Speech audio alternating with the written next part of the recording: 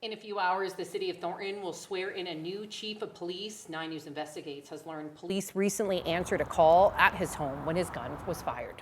The bullet went through a cabinet and caused some damage to a neighbor's kitchen wall. The incident raised all kinds of questions. 9 News Investigates' Jeremy Hohola is live at Thornton Police Headquarters. And Jeremy, you talked to the chief about what happened. Yeah, that's right. He actually sat down and spoke with us. The soon-to-be new chief was handling a gun in his kitchen when that gun went off.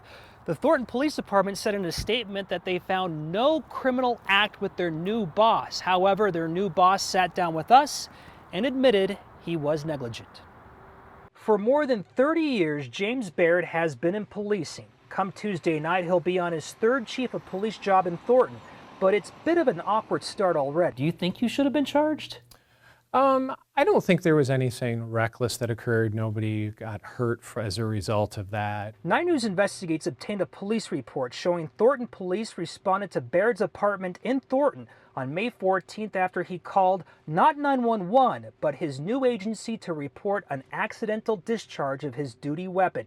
The report says he just put a magazine into a new P365 sig-sauer pistol and closed the chamber. James wasn't sure how, but the pistol discharged in the direction of the kitchen, the report says. I mean, thank God for that. You know, it didn't do too much damage. We found Matthew Johnson named in the police report as staying in the apartment next door with a friend. Johnson wasn't home at the time when the bullet entered the kitchen wall, but the report says it was stopped by the ceramic tile of the backsplash. If the bullet went through and somebody was in that apartment and it hit them or injured them or possibly killed them, then yeah, that's a different situation.